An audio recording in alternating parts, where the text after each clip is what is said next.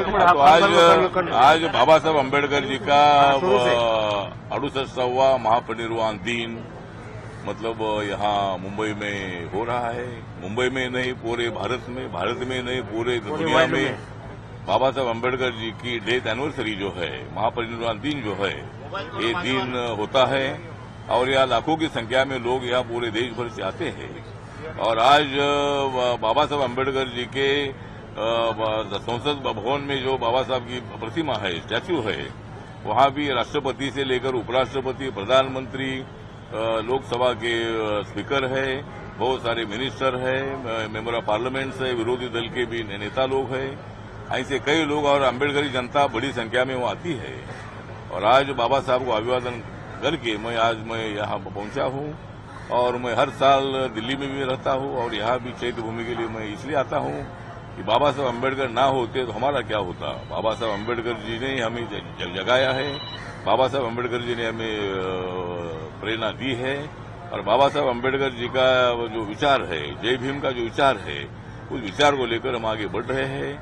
तो बाबा साहब अम्बेडकर जी ने देश को लोकतंत्र दिया है, बाबा साहब अम्बेडकर जी ने देश को संविधान दिया है, बाबा साहब अम्बेडकर जी ने सारे देश को अखंड भारत की संकल्पना को मजबूत करने का ऐलान किया है। और इसीलिए बाबा साहब अम्बेडकर जी की विचारधारा पर प्रेम करने वाले भारत में सभी लोग हैं।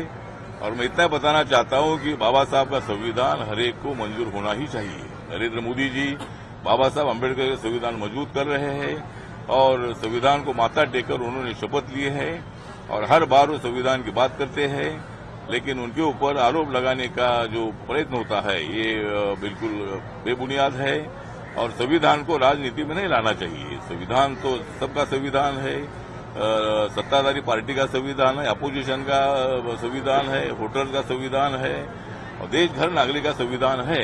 इसीलिए मुझे लगता है कि इसी तरह की राजनीति नहीं करना चाहिए।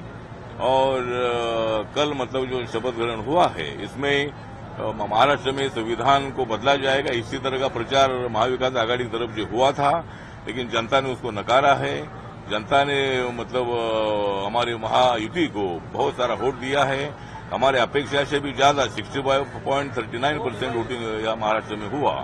और लाडली बहना हो, दलित हो, आदिवासी हो, बुद्धिस्ट हो और हमारा ओबीसी समाज हो या मराठा समाज हो, सभी समाज ने मतलब हमारे महायुति को बड़ा सपोर्ट किया है। और इसलिए कल माननीय देवेंद्र फडणवीस जी और एकनाथ शिंदे साहब और अजीतदादा पवार जी, इनके नेतृत्व वाली जो सरकार है, इस सरकार कल स्थापित हुई है।